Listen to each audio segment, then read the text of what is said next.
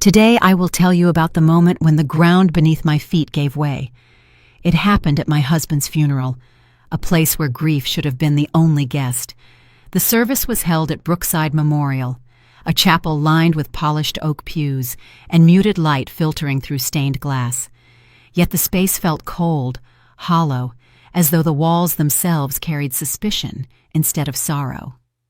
I stood there, Miranda Sterling, 67 years old, clutching my hands together to keep them from trembling. In the coffin before me lay the body I was told belonged to my husband, Richard. For 42 years, he had been my partner, my confidant, the love who carried me through both scarcity and abundance. But as I stared at that closed coffin, something inside me resisted. It felt too swift, too quiet, too carefully managed. Lydia, my daughter, stood on my right. She looked impeccable, her black dress tailored to perfection, her chin lifted high. Her eyes, however, were dry. Not a single tear touched her face. On her left was her husband, Victor Alcott, a lawyer who never seemed to part with his phone. Even at this moment, he whispered into it, half turned away as if business mattered more than death. Caleb, my younger son, sat hunched at the front, his shoulders drawn inward, his gaze fixed on the floor. He looked not only sorrowful, but burdened, as though his silence hid something darker than grief. The pastor's voice echoed, offering words of comfort that could not reach me. I heard instead the scrape of shoes against marble and the first dull thuds as soil was poured over the coffin lid. Each sound struck my chest like a hammer, and then, at that precise instant, my purse vibrated. I pulled out my phone, expecting perhaps a condolence message. Instead, my heart stopped. On the screen glowed words that no widow should ever see. I'm alive, not in the coffin. Don't trust your own daughter. She planned everything for the money. The letters blurred before my eyes. My hands trembled so violently I nearly dropped the device. For a fleeting second, I wondered if I had lost my mind to grief, if my longing to hear Richard's voice had created this cruel illusion. But the message was there, clear and deliberate. I forced air into my lungs, though my chest felt caged. I looked up, and across the casket, Lydia's eyes met mine. Her face remained composed, but there it was, a flicker of something sharp, and then the smallest curl at the corner of her lips. A smile, faint and quick, yet unmistakably triumphant. At that moment, the world narrowed. The coffin, the pastor, the mourners, all faded. Only the weight of my phone in my hand and the glint in my daughter's eyes remained. My husband's voice had reached me through that message, a last desperate warning, and I, standing there as a grieving widow, now carried a truth too dangerous to speak aloud. At my husband's funeral, I received a chilling message. I'm alive, not in the coffin. Don't trust your own daughter. She planned everything for the money. My hands shook as the truth unfolded. The betrayal had just begun. If this story grips your heart, remember to like and subscribe for more Grandma Life stories. Here we share tales that cut deep into the soul.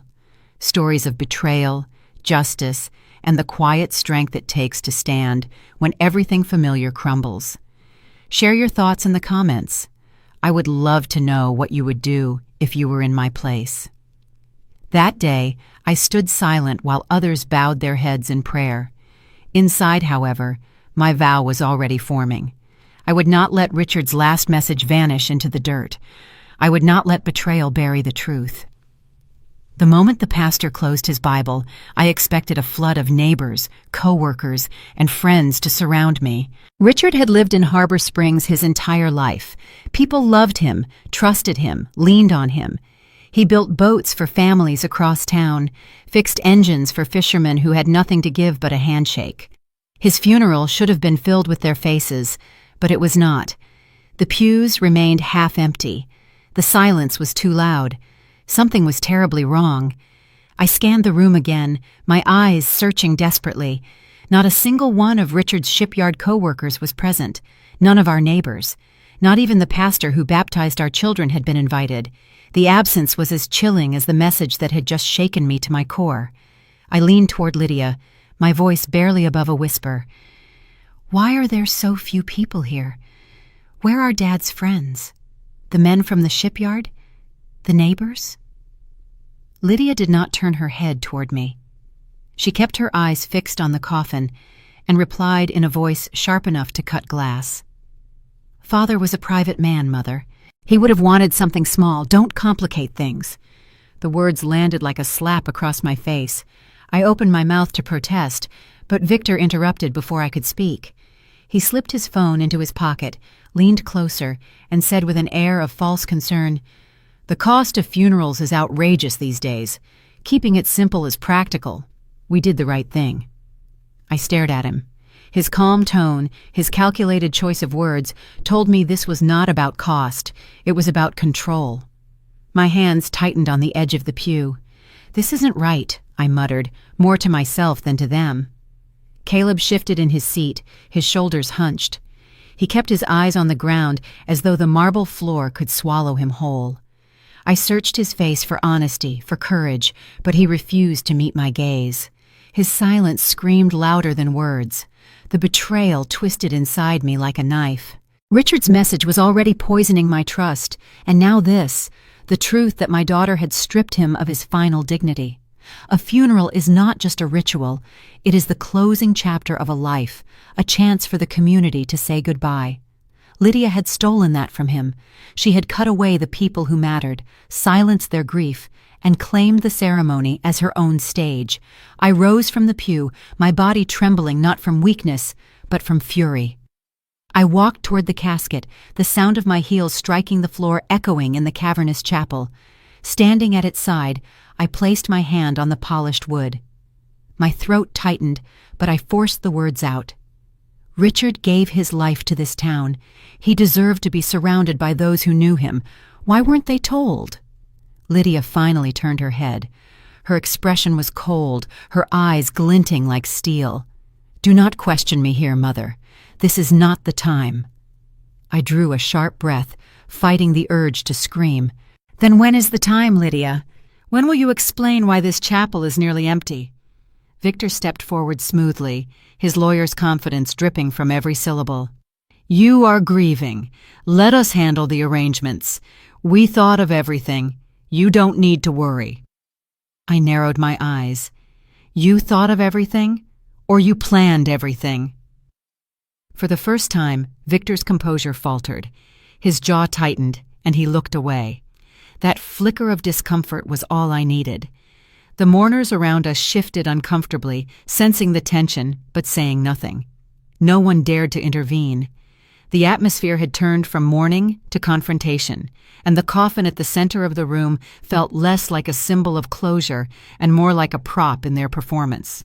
I returned to my seat, my body rigid. Caleb remained silent, but his hands twisted together in his lap, knuckles white. My mind screamed at him, "Say something, tell me the truth." But he kept his head bowed. The service ended quickly, almost abruptly. No music, no procession, just a prayer and the scrape of chairs as people stood to leave. It was as though Lydia had pressed fast forward on the most sacred moment of our lives. Outside, the air was sharp with the scent of autumn leaves. I looked across the cemetery grounds, expecting to see familiar faces gathering. Instead, only a handful of strangers lingered. My heart sank. Richard had built boats for men who spent their lives on these waters. Where were they now? Why had no one come? I approached one of the older women I barely recognized, a distant relative from Victor's side. "Did you know Richard well?" I asked. She shook her head. "No. Lydia invited us. We thought more people would be here." The pit in my stomach deepened. Lydia had chosen who would attend, and she had chosen outsiders. I turned back toward my daughter. She stood tall, speaking in hushed tones with Victor. Her posture radiated authority, as though she were the rightful owner of the moment.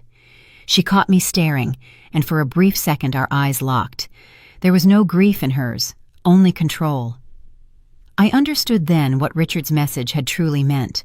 The betrayal was not limited to financial schemes or inheritance. It was here, in this very place, in the way my daughter had erased his legacy. She had stripped him of the farewell he deserved. the love of neighbors and friends, the collective memory of a life well lived.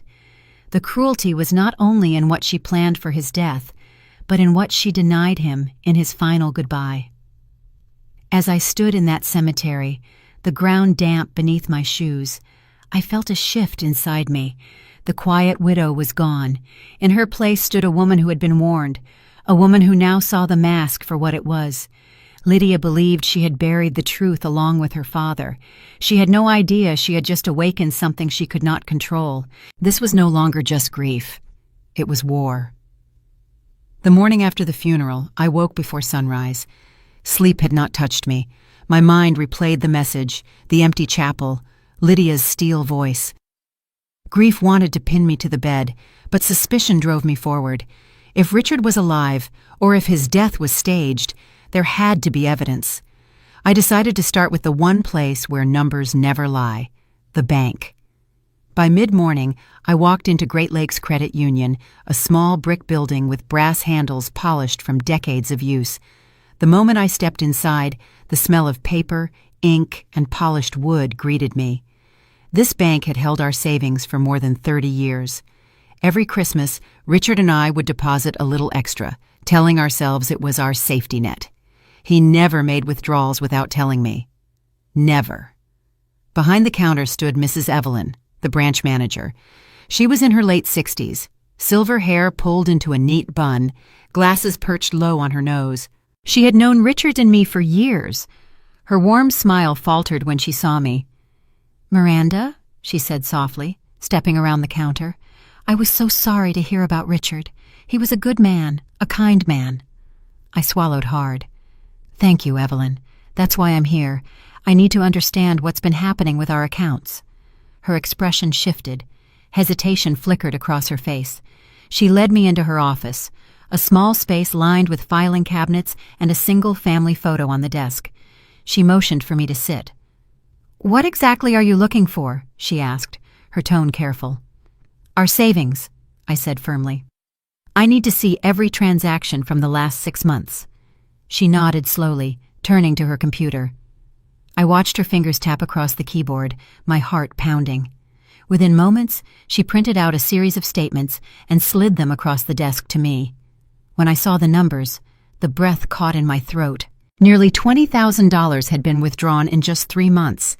The amounts were large, never less than $1,000 at a time, sometimes $3,000 or $4,000 in a single visit. My pulse hammered in my ears. I looked up sharply. "This doesn't make sense. Richard never mentioned this. He would never move this much money without telling me." Evelyn pursed her lips. "He came in several times. But he was not alone." "Not alone?" My voice cracked like glass. "Lydia was with him," she said gently. "Every time." The room spun for a moment.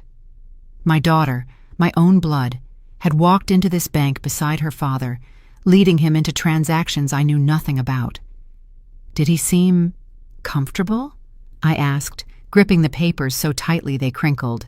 Evelyn hesitated again. "He seemed distracted, not himself. And Victor was here once too. He said Richard's eyesight had gotten worse, that he needed help signing. He even guided his hand." My body turned to ice. Richard's eyesight was fine. He never went a day without his glasses, and with them, he read everything clearly. He used to laugh at the idea of anyone signing for him. Victor had lied, and worse, he had touched my husband's signature, our lifeline, our protection. I rose from my seat, the papers clenched in my fist. "Did Richard ever say what the money was for?" "No," Evelyn said quietly. "He just nodded whenever Lydia spoke. She explained it was for repairs at the shipyard, for updating equipment. But it didn't sound like him. Richard always prided himself on handling things himself. He didn't like debt. He didn't like borrowing. Something was off, Miranda." Her words confirmed the knot in my chest. My daughter had not just organized a hollow funeral. She had been pulling at Richard's trust long before. And Victor, the man who called himself a protector, had placed his hands on Richard's future, siphoning money under the guise of care. I steadied my voice, though it came out low and sharp. "Thank you, Evelyn. You've told me more than you know." She touched my arm lightly. "Be careful, Miranda. Families can change when money is involved." I nodded and left her office, each step echoing down the tiled hallway. Outside, the autumn air slapped my face with cold clarity. I unfolded the statements again, scanning the withdrawals. 1,000 in January, 3,000 in February, 4,000 in March. Each line was a blade, carving deeper into the betrayal. As I stood there on the sidewalk, the truth crystallized. Richard had been manipulated, not just once, but systematically. Lydia's presence at every withdrawal, Victor's forged guidance, Richard's unusual silence. It was a pattern, not a coincidence. My husband had been cornered, his trust weaponized. I whispered to myself, they were draining him before they buried him. The thought shook me to the core, but it also steeled my resolve. The message from the funeral was not a ghost's whisper. It was a lifeline, a demand to uncover what had been stolen. Not just money, but dignity, choice, and life itself. I folded the papers carefully, tucking them into my purse as though they were evidence in a trial. Because that was exactly what they were. Evidence. Proof that Richard's death, or his disappearance, was not an accident of fate, but the result of deliberate hands. I turned my steps toward home, my mind already racing ahead. The funeral had stripped him of farewell. The bank revealed how they stripped him of security. What else had they stolen? What else had they planned? One thing was certain. Lydia and Victor believed they had orchestrated everything, but they had underestimated me. I had Richard's last message, and now I had their paper trail. They thought a grieving widow would be blind. They thought silence would keep me still. They were wrong. The storm inside me had shifted. Fear was gone. In its place was fire.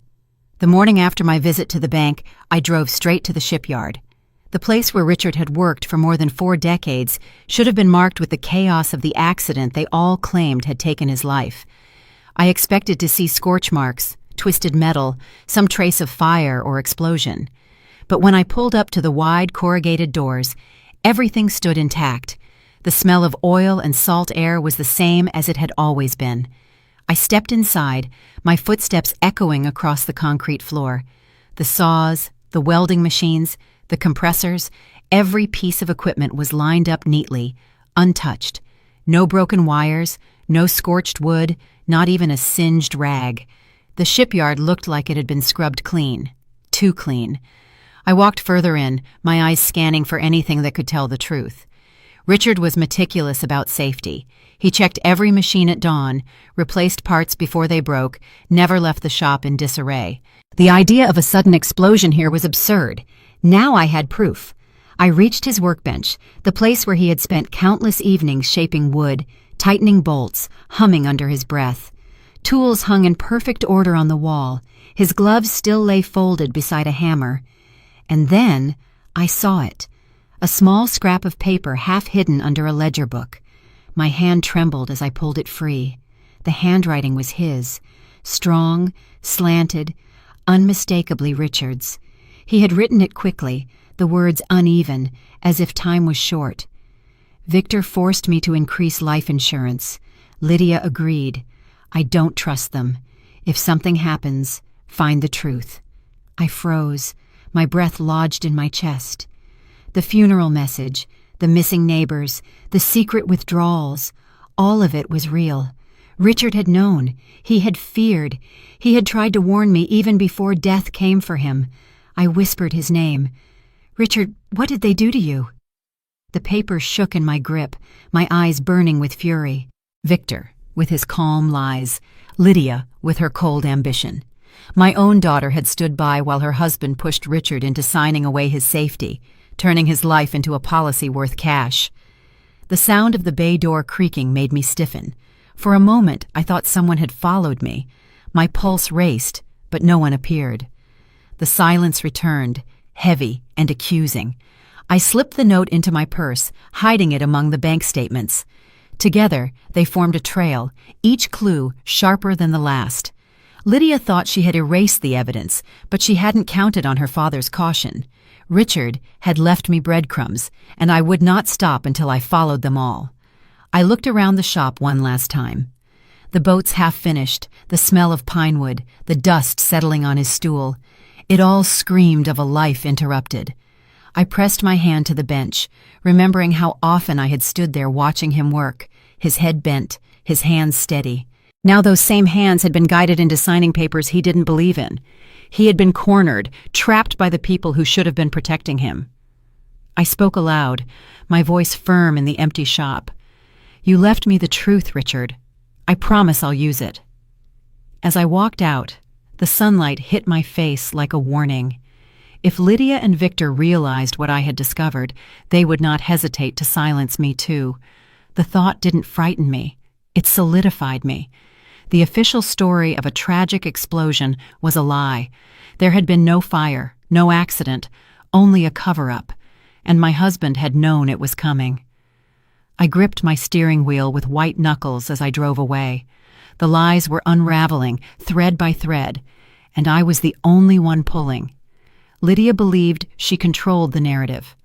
Victor thought he could manipulate documents and bend the truth into his favor, but they underestimated the power of a woman who has nothing left to lose. Every mile I drove back home, Richard's words echoed in my mind. If something happens, find the truth. I was finding it, and when I pieced it all together, the same truth that terrified him would destroy them. The shipyard had given me the proof I needed. The accident never happened. My husband's death was no accident. It was something far darker, and I was going to expose it. The knock came just after noon. I had been sitting at the kitchen table, staring at the note Richard left in the shipyard, my mind replaying his uneven handwriting over and over. When I opened the door, Lydia and Victor stood there with polished smiles, holding a white bakery box and 2 steaming cups from a Chicago cafe. The scent of sweet pastries filled the air, but I felt nothing but dread. "Mother," Lydia said brightly, stepping inside without waiting for an invitation. Her tone was coated in sugar, but her eyes were calculating. "We thought you might appreciate a treat, real French pastries, and Victor brought you your favorite coffee, straight from the city." I moved aside, letting them in, though every muscle in my body resisted. They set the box on the counter as though they owned the place. Caleb was nowhere to be seen. He had slipped further into silence since the funeral, and I wondered if his absence today was deliberate. Victor adjusted his tie before placing one of the cups in front of me. "You must be exhausted, Miranda. Handling all this by yourself at your age is a lot. That's why we wanted to stop by, to help." Help. I had heard that word used like a knife before. I sat, folding my hands in front of me. Lydia slid into the chair across from me, her smile unwavering. "Mother," she began smoothly, "we've been talking. There's paperwork you should sign. Financial authorization. Nothing complicated. It would just allow us to manage things for you. Make sure no one takes advantage of you." I let the silence stretch, studying her face. The way her lips curved upward. The way her eyes flicked toward Victor for reassurance. The way her fingers tapped the edge of the bakery box as though impatient for my agreement. "I don't sign anything," I said finally, without understanding every word. The shift was immediate. Her smile faltered. Her jaw tightened. A flicker of rage flashed across her features before she smoothed it away. "Of course," she replied too quickly. "We'd explain everything, but honestly, Mother, these documents are routine. Every responsible family does this." Victor leaned forward, his voice calm but laced with condescension. "She's right. This isn't about control, it's about protection. Older adults are prime targets for scams. We wouldn't want you to make a mistake." I lifted the cup of coffee, turning it slowly in my hands without taking a sip. I could feel Lydia's eyes on me, waiting, pushing. "Richard never needed your protection," I said quietly. Victor gave a thin laugh. "Richard didn't face what you're facing now, alone, vulnerable. Times are different." I placed the cup back on the table, untouched. "I am not vulnerable, and I am not alone." Lydia's nails clicked against the wood as she leaned closer. "Mother, don't be dramatic. We're trying to save you from yourself. These papers ensure you're taken care of. Isn't that what Dad would have wanted?" The fury inside me threatened to spill over, but I forced my voice to remain calm. Your father wanted honesty. He wanted dignity. He would never have approved of this. For a heartbeat, her mask slipped. Her eyes narrowed, sharp and venomous. Then she exhaled, feigning patience. You're letting grief cloud your judgment. Victor spread the documents on the table with deliberate precision. Just sign here. We'll handle the rest. You can finally rest, Miranda. I looked down at the papers, the lines of text blurring, but my instincts screamed. Richard's warnings echoed in my ears. Victor forced me to increase life insurance. Lydia agreed. They had stolen from him before. Now they wanted everything from me. I pushed the papers back toward them. No. The words sliced through the room. Lydia's face hardened, the charm evaporating. You're being reckless. Do you want strangers taking advantage of you? Do you want to end up losing everything? I straightened in my chair, meeting her glare with steel of my own. I would rather lose everything than hand it to you. The silence that followed was electric. Victor smirked faintly, shaking his head. This is exactly what we feared. Older people making emotional decisions, not rational ones. That's why these documents exist. To protect families from mistakes like this. I tapped the rim of the coffee cup with one finger. Then you should have no trouble finding someone else to sign them, because it will never be me. Lydia shoved the papers back into her bag, her movements sharp, clipped. You're making a mistake, Mother. A mistake you'll regret. I rose slowly, my voice calm but cold. The only mistake was thinking I wouldn't see through you. Her lips curled into something between a smile and a snarl. She grabbed the bakery box and turned toward the door. Victor followed, pausing only to say, Think about it, Miranda. Time has a way of humbling the stubborn. When the door closed behind them, I finally let out the breath I had been holding. My hands trembled, but not with fear, with rage. They had come with pastries and coffee, pretending kindness, hiding poison behind sweet scents. They thought age had dulled my senses, that grief had blinded me. But they were wrong. I glanced at the untouched cup, still warm. I had trusted Richard for 42 years, and he had left me the truth. Lydia and Victor wanted power, but all they gave me was more proof of their deceit. I whispered to the empty room, I won't sign away my life, not to them. The war had shifted to my very table, and I had survived the first battle. Dinner that night was more silent than any funeral. The three of us sat at the table, the clink of silverware against porcelain echoing like distant gunshots.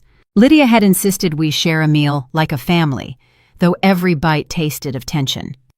Victor hadn't joined us this time, claiming he had a late client meeting in Chicago.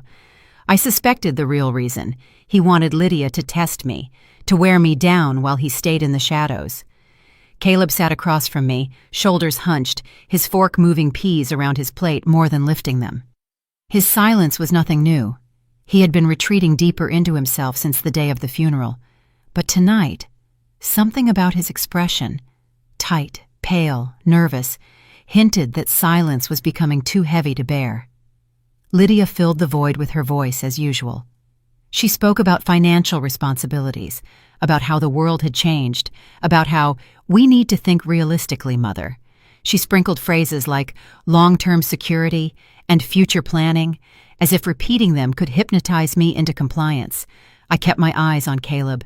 He barely blinked, his hand trembling as he lifted his glass. His silence screamed louder than her words. Finally, in a voice barely above a whisper, he muttered, "You told Dad to sign quickly. You said it was urgent." The words slipped from his lips like a stone dropped into still water, and the entire room froze. My fork stopped midair. Lydia's head snapped toward him, her eyes wide with fury. "What did you say?" I asked, my voice steady but cold. Caleb's face drained of color. His eyes darted from me to Lydia, panic written across every line of his young features. His hand clenched around his glass so tightly I thought it might shatter. Lydia slammed her palm against the table, rattling the dishes. "Don't say nonsense, Caleb. Mother, he's still in shock. He doesn't know what he's talking about." but I kept my gaze locked on him. He knows exactly what he's talking about. Caleb shook his head violently, his lips pressed into a trembling line. He dropped his fork. It clattered against the plate. He wouldn't look at me. That's un matin. Caleb, I said, my voice cutting through Lydia's protests. Did your sister pressure your father to sign something before all this? His shoulders quivered. For a second, his eyes flicked up to meet mine, and in that flicker, I saw the truth. Guilt, fear, and something else, an unspoken plea. Lydia's voice rose, sharp as glass. Enough! He doesn't know what he's saying. Stop interrogating him, Mother. Do you want to break him completely? Haven't we lost enough? Her words were venom wrapped in silk. She leaned toward him, gripping his wrist hard enough to make his knuckles blanch. Don't let grief confuse you, Caleb. Don't invent stories. He yanked his hand free, but he stayed silent. His chest heaved, his hands trembled. That silence told me more than words ever could. I leaned back slowly, never taking my eyes off him. You don't have to say it now, but I heard enough. Lydia's eyes flared, her voice dripping with rage. Mother, you're twisting everything. Caleb is fragile. You can't take his confusion as fact. I stood, placing my napkin calmly on the table. Confusion doesn't make hands shake. Confusion doesn't look away when asked a direct question. No, Lydia, this isn't confusion. This is truth breaking through.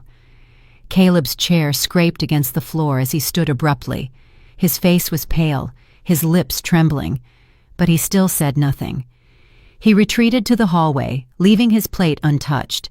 Lydia glared after him, then turned back to me, her mask cracking. Stop poisoning him against me. You've always wanted to believe the worst of your children. You're making yourself paranoid. I stepped closer to her, my voice low and sharp. No. You poisoned your father with urgency, with pressure, with documents he didn't trust. And now you're trying to poison your brother into silence. Her lips parted, a retort ready, but I didn't let her speak. I pointed toward the hallway where Caleb had disappeared. He slipped tonight, Lydia. That's all I needed. The truth is leaking out, and sooner or later, it will drown you. The silence that followed was deafening. Lydia's fists clenched at her sides, her jaw tight, her composure cracking piece by piece. I turned away, my pulse steady despite the storm raging around me. Caleb had not confessed outright, but his slip was enough. Enough to confirm that Richard's last days had been filled with pressure and deceit. Enough to prove Lydia wasn't just manipulative, she had orchestrated something monstrous. As I cleared my plate from the table, I felt her stare burning into my back. She thought she could bury the truth, but Caleb had just handed me the first real crack in her wall of lies, and I intended to break it wide open. It was close to midnight when my phone lit up on the nightstand. I almost ignored it, thinking it was another sleepless neighbor or a scam call. But when I read the words, every nerve in my body tightened. I hired someone. He knows everything. Meet him. Harbor Lights Cafe. Tomorrow, 3 p.m. The message came from the same hidden number that had shattered me during Richard's funeral. My hand trembled as I read it again and again. Richard had known. He had prepared. He had hired someone. Whoever this someone was, they held the key to unraveling everything. I rose from bed and crossed to the window. Outside, the street was still. The trees swayed under a restless wind. Then suddenly, a pair of headlights cut through the dark, glowing against the edge of the driveway. A black sedan sat there, engine humming, its lights piercing through my curtains. My pulse hammered. I stood frozen, watching, not breathing. The car lingered for several long seconds, long enough for me to feel its presence pressing against me like a weight. Then it rolled forward, disappearing down the narrow lane without a sound. I whispered to myself, "They're watching me." The message wasn't just information. It was also a warning. Richard had known they would monitor me, maybe even try to intimidate me into silence. And now the watchers were real, circling my home like predators testing the fence. I turned from the window and sat back on the edge of the bed, phone clutched tight in my palm. The house felt smaller, the air heavier. Every creak of the floorboards made me glance over my shoulder.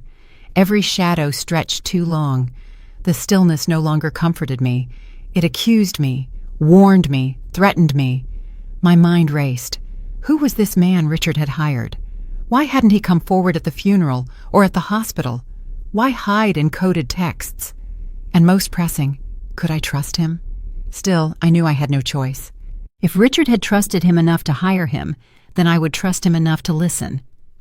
Tomorrow, Harbor Lights Cafe, 3 p.m. I tried to sleep, but the glow of those headlights burned behind my eyelids. Every time I drifted, I saw Richard's face, drawn and weary, whispering, "Find the truth." The hours dragged until dawn. By morning, I felt the exhaustion settle into my bones, but my mind was sharper than ever. The lies of Lydia and Victor, Caleb's trembling silence, Richard's note in the shipyard, and now this message, they all pointed to one conclusion. Something monstrous had been orchestrated, and I was getting close to tearing it open. At breakfast, I poured myself a cup of black coffee but couldn't drink it. My eyes kept drifting to the road outside, half expecting the black sedan to reappear. The paper on the table lay untouched, the headlines blurring. All that mattered was the cafe, and whoever would be waiting there. Still, I rehearsed the possibilities in my head. If the man was real, I needed to listen without revealing too much. If the message was a trap, I needed to keep my wits sharp enough to escape. Either way, tomorrow would test me. That evening, Lydia called. Her voice was falsely sweet, dripping with concern. "Mother, Caleb mentioned you've been restless. We just want to help. Maybe Victor can stop by tomorrow, talk through some of the legal documents again. Wouldn't that be easier than stressing yourself?" I clenched the phone, forcing calm into my reply. "I have plans tomorrow." There was a pause, then her voice hardened, just for a fraction of a second. "What kind of plans?" "Ones that don't concern you." I hung up before she could respond. My heart pounded in my ears, but I smiled. She knew I was moving. She could feel the ground shifting under her feet. That night, the air felt thick with anticipation. The shadows outside seemed to lean closer against the glass. I double-checked the locks, left the porch light burning, and set Richard's note beside me on the nightstand like a shield. Tomorrow at 3 p.m., Harbor Lights Cafe.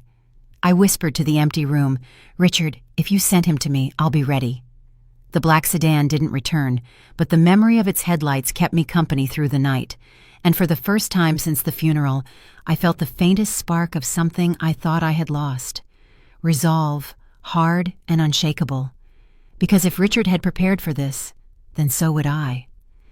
The morning air carried the smell of cut grass and damp earth when I stepped outside to water the rose bushes Richard had planted years ago. It was one of the few routines that still gave me a sense of normalcy. But that morning, my neighbor Doris walked across the lawn with a puzzled look, her eyes sharper than usual. She didn't bother with small talk. "Miranda, why didn't anyone call us about Richard's funeral? We didn't even know he had passed. I heard it from the grocer this morning." Her words cut through me sharper than any blade. I froze, the hose slipping from my hand, water spilling onto the dirt like wasted tears. Doris wasn't just a neighbor. She had known Richard since they were children. The fact that she had learned about his death from gossip rather than me was a humiliation I hadn't earned. I clenched my jaw. "You weren't told because Lydia handled the arrangements." Doris frowned, confusion darkening into indignation. "Handled? I live 2 doors down, Miranda. Richard helped me fix my roof last summer, and not a single person in our circle got a notice, not even the church." Her voice trembled, and I felt my chest tighten. "So she kept it from all of you." I whispered more to myself than to her. Doris crossed her arms. "Why would your daughter do that? Richard was respected here. Half this street would have come to pay their respects. Instead, we heard nothing." The shame burned in my throat. I straightened and looked her in the eyes. "Because Lydia wanted it that way. She controlled the guest list. She controlled everything." Doris's face softened. though anger still glinted in her eyes. "Miranda, I don't mean to intrude, but something doesn't sit right. That funeral, what I've heard about it, sounds wrong, small, rushed, secretive." "Wrong," I repeated bitterly. "That's exactly the word." The silence between us was heavy, broken only by the hiss of the hose still dripping onto the grass. Doris took a step closer, her voice lowering. "What is she hiding?" I wanted to tell her everything, the messages, the forged documents, the look in Caleb's eyes, but I held back. Instead, I said, "She's hiding the truth, about her father, about all of this." Doris shook her head. "It isn't just cruel, it's deliberate. Cutting off the community, it makes a death vanish faster, as if Richard never existed outside of her control." Her words lit a fire inside me.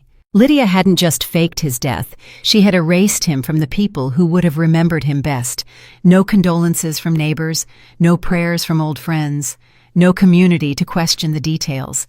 By severing those ties, she ensured no one would look too closely. I whispered, she wanted to bury him twice, once in the ground and once in memory. Doris's eyes watered, and she shook her head. "Richard deserved better than that." I nodded, fighting to keep my composure. He did, and she knew it. That's why she stripped it away. The rest of the morning, I couldn't shake Doris's words. Every time I walked past the kitchen table, I saw Richard's chair empty. Every time I opened the pantry, I remembered him sneaking cookies late at night, and each memory now carried the bitter truth. Lydia had tried to erase all of it, to make sure no one outside our walls mourned him. Later that afternoon, I confronted her directly. I called her and waited for her sharp tone to fill the line. "Why didn't you notify the neighbors?" I asked, my voice firm, my heart pounding. She sighed dramatically. "Mother, do we really need to go over this again? Father was a private man. He didn't like big displays. I did what he would have wanted." "Don't you dare twist his name," I snapped. Richard valued people. He valued this community. He would never have wanted a silent burial. Her voice cooled into ice. "Then maybe you don't know him as well as you think. Funerals are expensive, Mother. I saved you the embarrassment of scraping for money we don't have. You should be thanking me." The audacity in her tone made my stomach turn. "You didn't save me embarrassment. You erased him. You erased every connection he had outside of you." There was a pause on the line. When she spoke again, her words were sharp as glass. "Sometimes erasing is necessary, Mother. The past only weighs people down." I tightened my grip on the phone. Richard wasn't the past. He was the man who built this life brick by brick, and you had no right to strip him from it. Her laugh was short, humorless.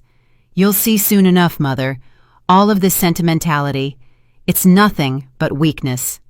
She hung up before I could reply, leaving me with a dial tone buzzing like a warning siren. I stood in the kitchen, staring at the phone in my hand. Doris's face flashed in my mind, full of grief and indignation. She had said it best. Lydia wasn't careless, she was deliberate. Cutting ties to the community wasn't oversight, it was strategy. That night, as I locked the doors and drew the curtains, I whispered to Richard's memory, "They think they've erased you, but I'll make sure the truth stays alive." And in the silence that followed, I swore I could almost hear his voice, steady and strong, telling me to keep going. The next afternoon, I walked into Harbor Lights Cafe at exactly 3 o'clock. The place was dimly lit, the air heavy with the smell of roasted coffee beans and damp wood. Couples murmured in booths, students tapped on laptops, but my eyes went straight to the corner table where a man sat with his back to the wall. He stood as I approached, mid-50s, salt and pepper hair, sharp gray eyes that scanned the room before settling on me. His coat looked worn, his jaw set with the kind of discipline only years of watching liars could carve. "Mrs. Sterling," he said quietly, "I'm Ethan Cole. Richard hired me 3 weeks before he disappeared." The sound of my husband's name nearly broke me, but I forced myself to sit across from him. "Why?" I asked, my voice low but steady. Ethan leaned forward, sliding a small black USB drive across the table. Because he didn't trust Lydia or Victor. He suspected they were pushing him into something dangerous. He wanted me to keep an eye on them. I picked up the drive, its plastic casing suddenly feeling heavier than iron. My hand trembled. "What's on this?" "Proof," Ethan replied. "Audio proof." He was right to worry. I pulled my laptop from my bag. I had brought it on instinct, and plugged in the drive. Ethan gave me a curt nod. "Headphones. It's not something the whole cafe should hear." I slipped them on. A few seconds of static, then voices. Victor's first, smooth and condescending, as if every word dripped with practiced confidence. "Methanol. It mimics a stroke. By the time they figure it out, it's too late." Then Lydia's voice, cold and precise. "Mother won't stand a chance. She'll fall apart. We'll control everything. House, accounts, insurance, all of it." The air left my lungs in a rush. My fingers dug into the edge of the table until my knuckles turned white. Hearing their voices plot his death, my husband's death, shattered every last thread of denial I had left. I pulled the headphones off, blinking hard, my vision swimming. "They murdered him," I whispered. Ethan's eyes softened with pity, but his voice stayed firm. "Yes, and they were preparing to come after you next." I shook my head slowly, trying to keep control of my breath. My tears blurred the cafe lights into streaks of gold and gray. They thought I'd collapse. They thought grief would blind me. "They underestimated you," Ethan said. I clenched the USB drive in my palm, the edges biting into my skin. "They forgot one thing. I am still standing." For the first time in days, fire cut through my grief. The recording didn't just prove their guilt. It reminded me that I wasn't powerless. Richard hadn't been paranoid. He had seen their betrayal, and he had trusted me enough to leave behind a trail of truth. Ethan leaned back, his gaze steady. "I have more. Bank statements, surveillance photos, Victor buying methanol in cash at a hardware store, Lydia forging signatures. It's enough to open a case, but you need to be ready for the storm." "I was born ready the moment they decided my husband's life was expendable," I said, my voice sharper than I expected. Ethan studied me for a long moment, then nodded. "Richard knew you'd fight. That's why he came to me. He said, 'If anything happens, Miranda won't give up. Help her.'" The words broke me open again. My chest ached, but this time the pain felt like fuel, not defeat. I wiped my eyes and steadied my breathing. "Tell me everything. Leave nothing out." For the next 20 minutes, Ethan laid out every detail. Victor's mounting debts, Lydia's obsession with control, Caleb's silence born of fear, the life insurance policies inflated just months before Richard's death. Every piece fit like jagged glass into the picture I had already begun to see. When he finished, I sat back, the weight of the truth pressing down on me. "They thought this would be simple," I said quietly. "But it won't be. Not anymore. Not..." Ethan nodded once. "So what's your next move?" I tightened my grip on the USB. My tears had dried, replaced by something colder, sharper. "First, I keep breathing. Then I make sure Richard's death doesn't vanish into their lies. They forgot that I am not weak, and they forgot that I'm still here." My voice did not waver. Ethan slid another envelope across the table, heavier this time. I opened it with deliberate care, bracing myself for whatever filth Lydia and Victor had left behind. Inside were photographs, documents, receipts. Proof so sharp it cut deeper than any knife. The first photograph froze me. Victor, standing in the parking lot of a hardware store in Detroit. A brown paper bag clutched under his arm. The timestamp was dated 5 days before Richard's so-called accident. Ethan's voice was low and steady. "That bag contained methanol. We have the receipt. He paid in cash. He thought it would cover his tracks." I clenched my jaw. My husband hadn't fallen victim to fate. He had been calculatedly poisoned. The next document was Lydia's credit card statement. Page after page of purchases. Luxury clothes, designer handbags, spa weekends at the Four Seasons in Chicago. At the bottom, a red line screamed the truth. She was over $50,000 in debt. I whispered, more to myself than to Ethan. She was drowning. And instead of asking for help, she decided to kill her father. My throat tightened as the words left me, because saying them out loud made them real. Ethan didn't flinch. He placed another file in front of me. And Victor, he's no better. He's been sued twice by former clients for malpractice. His legal bills are mounting. He owes over $70,000. If he doesn't pay soon, he risks losing his license. I stared at the neat stack of lies and greed that had devoured my family. The pieces fell into place with brutal clarity. Richard hadn't just been murdered for money. He had been murdered because Lydia and Victor couldn't stand the shame of failure. They feared exposure, I muttered, my voice steady though my chest burned. They feared losing their perfect image more than they loved their own father. Fear of humiliation turned them into killers. The bitterness of that truth spread like acid through me. Lydia had always obsessed over appearances. Her polished nails, her pressed dresses, her disdain for our modest life. She couldn't tolerate anyone knowing she was buried in debt. And Victor, always the charming attorney at dinners, the one who bragged about his cases. He couldn't stand the thought of being seen as a fraud. My grief hardened into something unshakable. Rage, yes, but also clarity. Their motive wasn't just money. It was vanity, pride, the rot of ambition that had gone unchecked. I looked Ethan in the eye. Do you know what hurts the most? Not the betrayal, not even the murder. It's realizing my daughter thought her reputation was worth more than her father's life. He gave a small nod, his face etched with quiet understanding. You're right. They weren't just greedy. They were terrified, desperate. And desperate people are dangerous. I tapped the photograph of Victor holding that paper bag. This is their downfall. They believed fear would silence me. But fear is what drives me now, to make sure they face justice. Ethan leaned closer. The case is building itself. With the audio recordings, the photographs, the financial evidence, we'll have enough to bring them down. But we need timing. One wrong step, and they'll twist it into manipulation.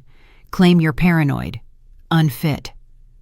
I breathed deeply, steadying the storm in my chest. Let them try. Every mask they wear is cracking. Caleb already slipped. Doris noticed the funeral was staged, and now with this... I tapped the credit card statements. Their greed and fear are written in ink. Ethan folded his hands, studying me. You're not broken, Mrs. Sterling. You're dangerous, and that's exactly what they never expected. Dangerous. The word felt strange in my bones, but it rang true. Lydia and Victor thought grief would weaken me. They thought they'd be dealing with a fragile widow, someone easy to control. They didn't realize Richard's death had carved me into something far stronger. I gathered the evidence back into the envelope, my movements sharp and decisive. They underestimated the wrong woman. They've trapped themselves. Now I'll close the door. As I rose from the table, Ethan placed a hand on the folder. His voice was calm, but firm. This is the turning point. Once you move forward, there's no going back. Are you ready? I met his gaze without hesitation. I was ready the moment I buried an empty coffin. The cafe door chimed as I stepped out into the cold evening air. My fists tightened around the folder, the weight of it pressing into my skin like a weapon. The night was sharp with wind, the kind of wind that stripped everything down to the bone. It matched exactly how I felt. Raw, unyielding, ready. Richard's last message still echoed in my mind. Don't trust your daughter. She planned everything for the money. And now I understood the full depth of that warning. They hadn't just killed for inheritance. They had killed for the illusion of perfection, to bury their debts and preserve their masks. That was the twist that left me sick with rage. They had murdered not only my husband, but the dignity of family itself. I walked into the darkness with a single vow: they would pay. And when justice came, it would strip them bare. No masks, no lies, no power left to wield. I had barely settled into the stillness of the morning when the sound of tires crunching on my gravel driveway pierced the quiet. Lydia's car. Victor's silhouette moved like a shadow beside her as they stepped out, polished and smug, as if they owned the world already. I braced myself. I knew this wasn't a social visit. They entered without asking, Lydia leading with her usual false smile, Victor clutching a leather folder. My stomach turned even before they spoke. Lydia's voice, smooth but laced with venom, cut through the room. "Mother, we've been worried about you. The neighbors have told us you've been confused, asking strange questions." Victor slid the folder onto my kitchen table. His fingers lingered on it, like he was presenting evidence in court. "This," he announced, "is a signed statement from Dr. Lang. He's confirmed you're suffering from early-stage paranoia. It's not uncommon at your age, especially after a traumatic loss." I didn't touch the folder. My eyes narrowed, and for a brief second, Lydia's mask slipped, her impatience flashing through. She wanted me to be rattled. She wanted me to fall apart right there. Instead, I tilted my head, my voice soft but pointed. "So, you've decided I'm crazy?" Lydia's smile widened, cold and deliberate. "It's not about what we think, Mother. It's about what's best for you. With your mental state, you can't be expected to handle finances or property decisions. We've already drafted a petition for the court. Once it's approved, Victor and I will take over. You won't have to worry about a thing." My hand trembled slightly as I reached for a teacup, not from fear, but by choice. I needed them to see what they wanted to see. A fragile, aging woman, losing her grip. I lifted the cup, let it rattle against the saucer. "I suppose that would make things easier," I murmured. Victor's eyes lit up. "Exactly. You'll be safe, protected. No more risks of scams or financial mistakes. We'll manage everything responsibly." I looked at my daughter then, her perfectly ironed blouse, her nails painted in that shade of crimson she always favored, a color that reminded me of blood. She thought she was winning. She thought she had already buried me with her father. "Dr. Lang," I whispered, pretending to search my memory. "Is he the one you know from Victor's law firm dinners?" Lydia's jaw tightened, but she didn't flinch. "Yes, he's reputable. He knows how to evaluate these situations. He signed off based on what we've told him." And there it was, the slip I needed. He had signed without even speaking to me. They had fabricated the narrative, just as they had with Richard's so-called accident. I let my shoulders sag, bowing under the weight of their words. Maybe you're right. Maybe I do forget things. Maybe I imagine too much. I kept my tone frail, my eyes glassy. But inside, a storm raged. I wasn't surrendering. I was setting the trap. Victor leaned back in his chair, confidence rolling off him. "Good. We'll file the paperwork tomorrow. It'll be painless, Mother. Think of it as us relieving you of a burden." Lydia placed her hand over mine, squeezing it with faux tenderness. "You'll finally be able to rest, without stress. We'll take care of everything." Her touch burned me. I pulled my hand away slowly, deliberately. For a moment, silence filled the kitchen, thick and suffocating. Then I straightened just slightly, enough for my voice to cut through. "And what about Richard's wishes? Did he ever say he wanted his affairs managed this way?" Victor scoffed. "Richard isn't here anymore. This is about you now, and you need guidance." I met his gaze, unblinking. "He's more here than you realize."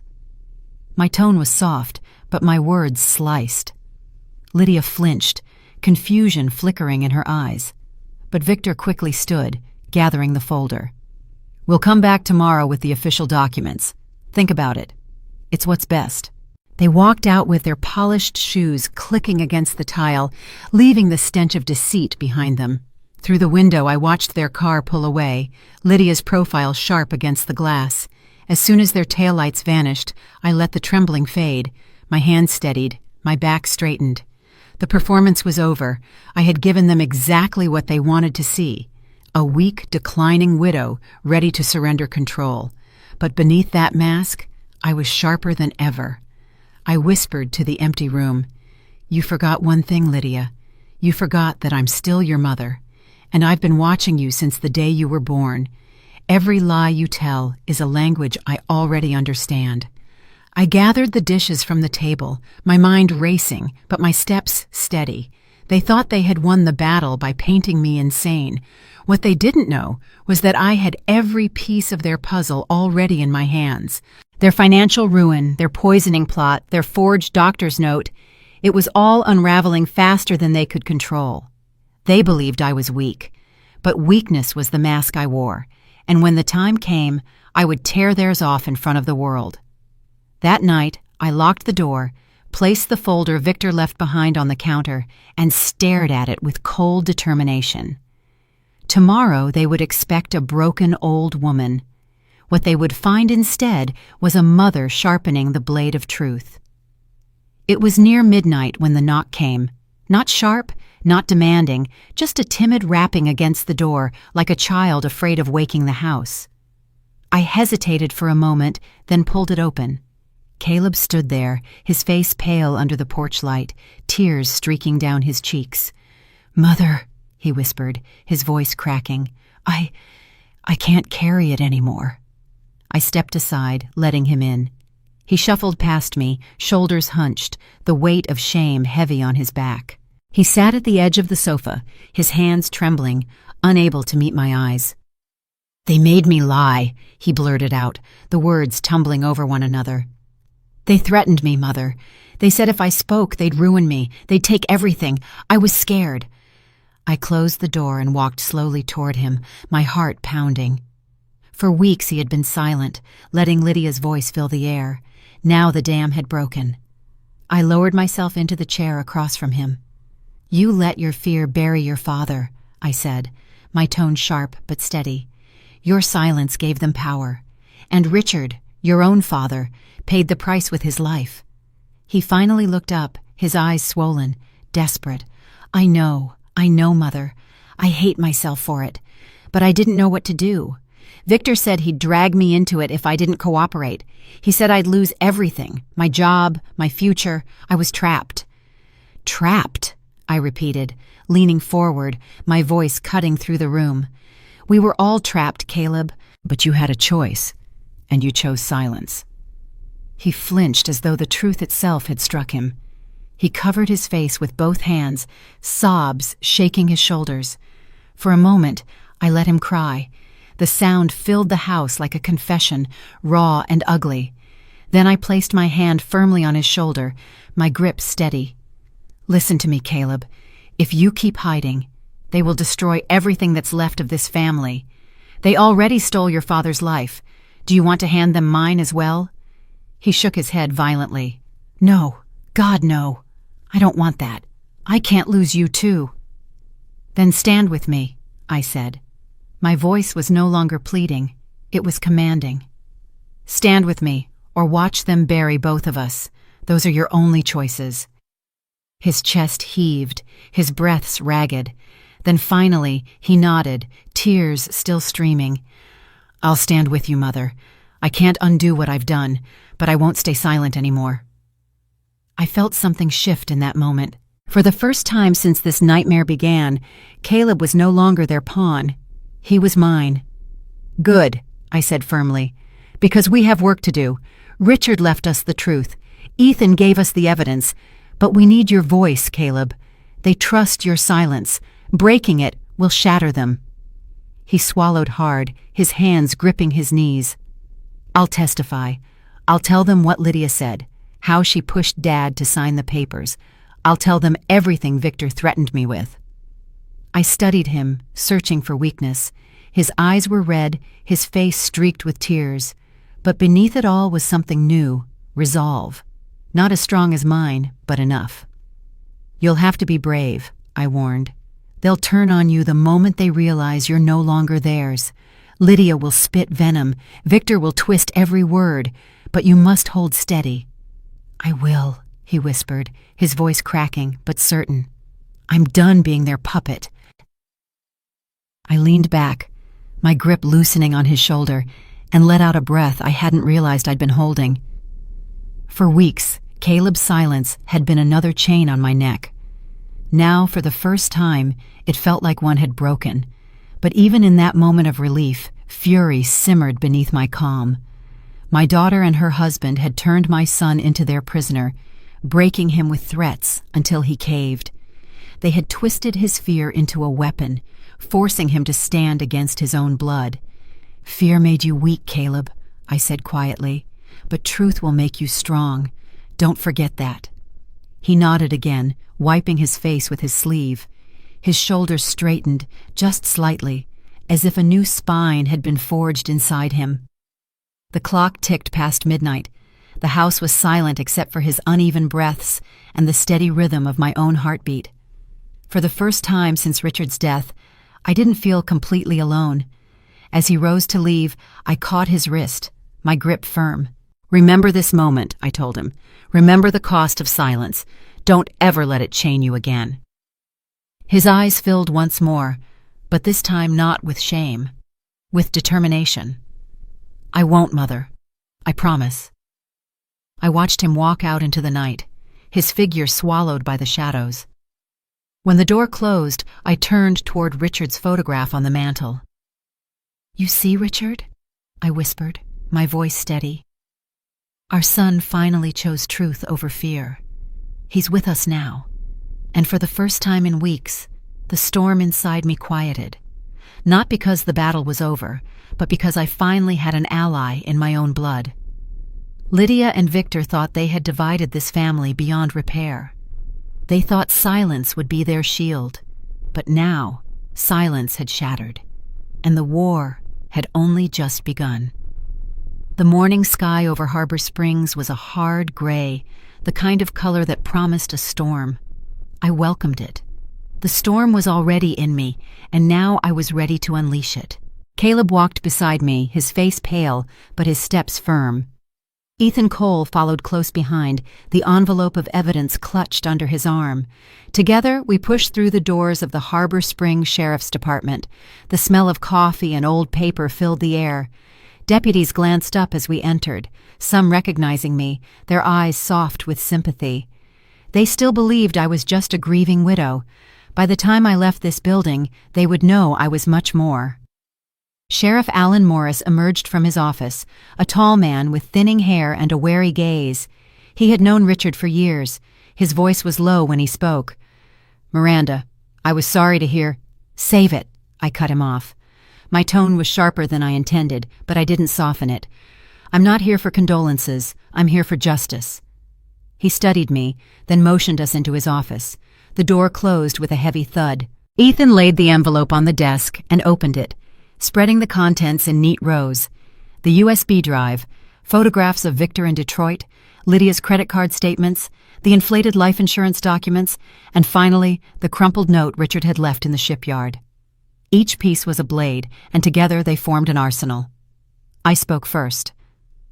"Richard didn't die in an accident. There was no explosion at the shipyard. These two, my daughter Lydia and her husband Victor, staged everything. They murdered him." Sheriff Morris frowned, shifting in his chair. "That's a serious accusation, Miranda. Do you have proof?" Ethan pushed the USB toward him. "Play this." The sheriff inserted it into his computer. Lydia's voice filled the room, cold and unmistakable. "Mother won't stand a chance. She'll fall apart. We'll control everything. House, accounts, insurance, all of it." Then Victor's voice, smooth and chilling. "Methanol. It mimics a stroke. By the time they figure it out, it's too late." The sheriff froze, his jaw tightening. He turned off the recording slowly, the weight of what he had just heard sinking into the room like lead. Caleb's voice broke the silence. "I was there, Sheriff. I heard them pressuring my father to sign papers. They told me if I spoke, they'd destroy me. I stayed quiet, and my silence killed him." His hands shook, but his words were steady. The sheriff's gaze softened for a moment, then hardened again. He picked up the photographs. "This is Victor?" "Yes," Ethan said. "Buying methanol in Detroit. Paid in cash. We tracked the receipt." The sheriff leaned back, running a hand over his face. There was no official fire report from the shipyard, no evidence of an explosion, just Lydia's word. She filed a single-page report claiming the body was unrecoverable, and we accepted it. God help me, we accepted it. My voice cut through him like ice. You accepted her lie. And because of that, my husband was buried in an empty coffin. Silence filled the office, heavy and suffocating. Then the sheriff straightened, his eyes sharp. No more. This ends now. He picked up the phone, his voice firm as he issued orders. Deputy, prepare a warrant request. Fraud, homicide investigation, property seizure. Get Judge Harkins on the line. I exhaled slowly, gripping the edge of the desk. The tide was turning. For the first time since the funeral, the weight of their lies was shifting from my shoulders onto theirs. The sheriff turned back to me. This won't be easy. Lydia and Victor have influence, friends in Lansing. They'll fight dirty, but with this evidence we have grounds. The judge will sign. I met his gaze without flinching. Let them fight. I'm not afraid of dirty anymore. I've lived in it since the day they killed Richard. Ethan gathered the documents back into the envelope, his expression grim but satisfied. We'll need to move quickly. They'll sense the net closing. Sheriff Morris nodded. The warrant will be signed tonight. Their house, their accounts, their files, we'll search it all. Caleb let out a shaky breath, his shoulders slumping with relief.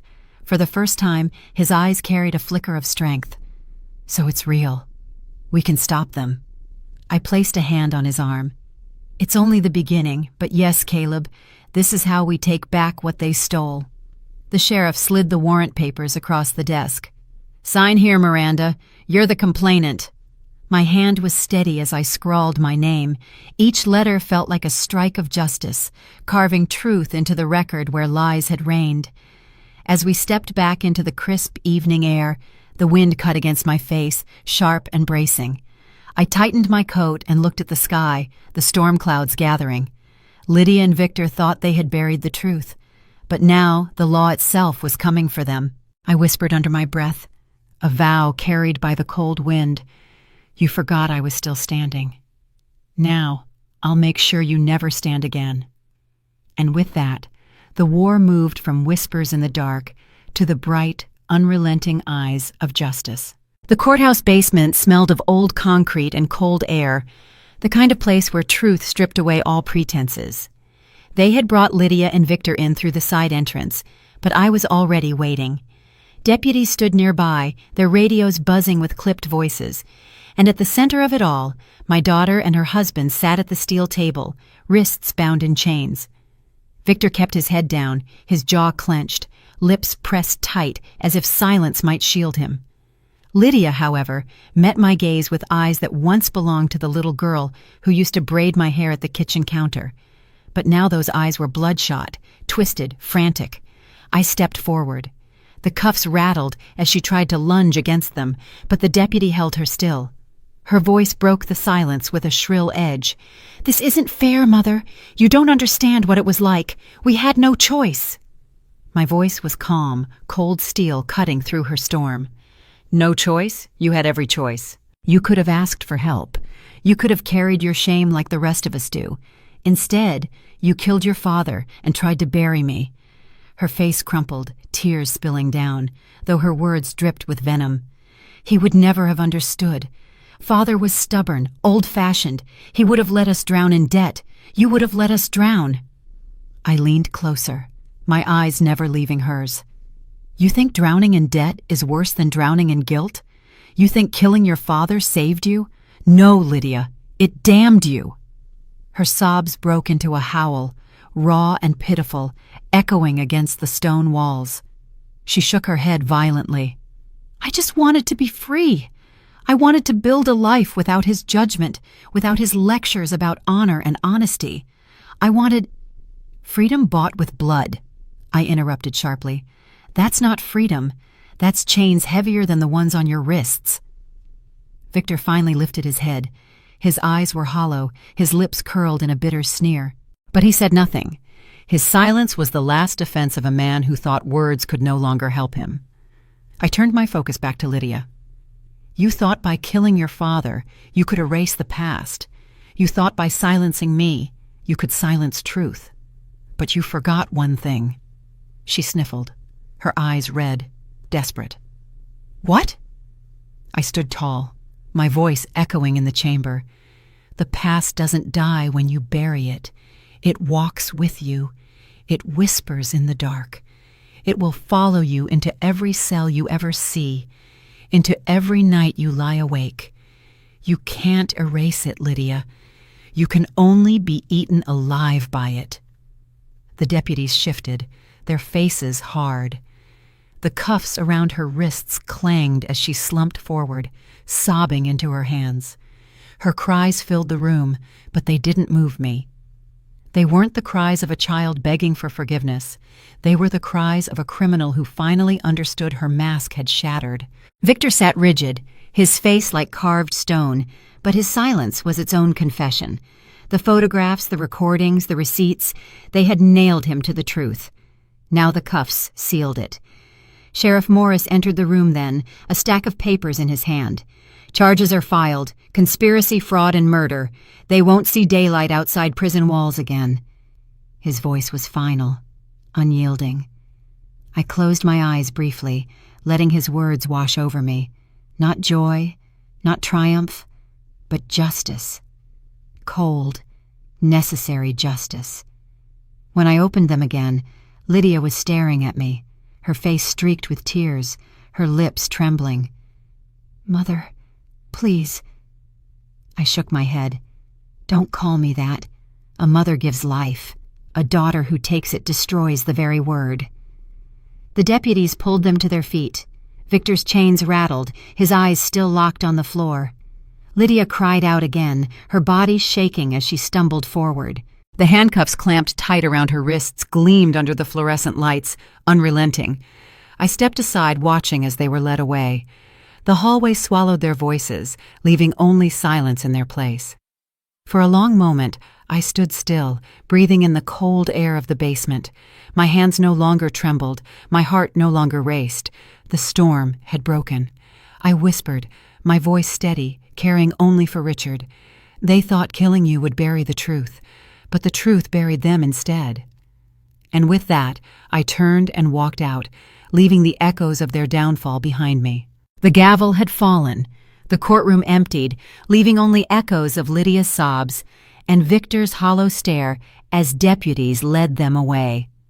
Justice had been spoken aloud, carved into the record for all to hear. Yet justice is never neat. It cuts deep, leaving scars. I did not celebrate. I did not linger. I returned alone to the shipyard, the place where Richard's laughter once filled the rafters, where the smell of sawdust and salt water had always been our constant companion. Now the machines were silent, their purpose ended. I stood in that cavernous space and made my decision. The shipyard would not be a tomb of lies. It would become a garden. Days passed as I tore away the dust and metal, planting flowers in their place. Roses, hydrangeas, lavender, the colors of healing. My hands blistered, my back ached, but the work was honest, and for the first time in months, peace began to take root. Each seed I pressed into the soil felt like a vow to Richard. I will not let death define this place. On the day the roses finally bloomed, I carried a bouquet into the workshop. I laid them gently on his old workbench, the wood scarred with years of labor, still holding the memory of his touch. My fingers lingered on the surface, tracing the grooves he left behind. The sea wind slipped through the open door, lifting the petals, brushing against my face like a whisper. The late afternoon light spilled across the floor, painting everything in gold. I stood there, letting the silence embrace me. My voice rose steady, carried like a prayer. I lost a husband, and I lost a daughter. But I found the truth. And truth, though bitter and heavy, is worth more than the sweetest lie. I felt the words settle in my chest, not as pain, but as clarity. Lydia had chosen betrayal. Victor had chosen greed. Caleb had chosen, at last, to stand with me. And I had chosen to fight. The garden outside swayed in the wind, alive with color where once there had been only smoke and shadow. It was proof that even in the wake of destruction, something new could grow. I placed the final rose on Richard's bench and let my hand rest over it. Justice was done, my love. They cannot erase you. They cannot erase us. And I will carry you, not as grief, but as strength. The sea answered with its endless roar, steady, eternal. I breathed it in, letting the salt air cleanse me. The storm had passed. What remained was not triumph, but peace. The kind of peace that comes only after fire burns away what is false. As I stepped back into the light of evening, the truth echoed through me. Justice is not the end of pain, but it is the beginning of peace. And that was enough.